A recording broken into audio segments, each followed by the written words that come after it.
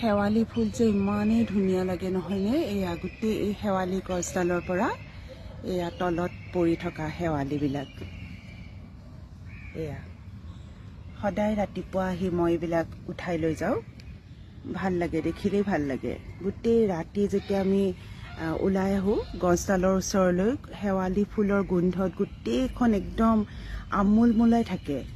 ইমান বেছি এনেকৈ পৰি থাকে খুব ধুনীয়া লাগে আমাৰ আৱাসিক কলনীটোত চাগে 4 নে 5ডাল আছে শেৱালি ফুল মানে শেৱালি ফুলৰ গছ আৰু এইডাল আমাৰ একেবাৰে ঘৰৰ ওচৰত আৰু মই সদায় ৰাতিপুৱা আহিলে এইবিলাক ফুলবিলাক এনেকৈ পৰি থাকে আৰু মই এইবিলাক বুটলি লৈ যাওঁ পিছত আজি ভাবিলোঁ বুটলি লৈ যোৱাৰ আগতে এটা ভিডিঅ' কৰি লওঁ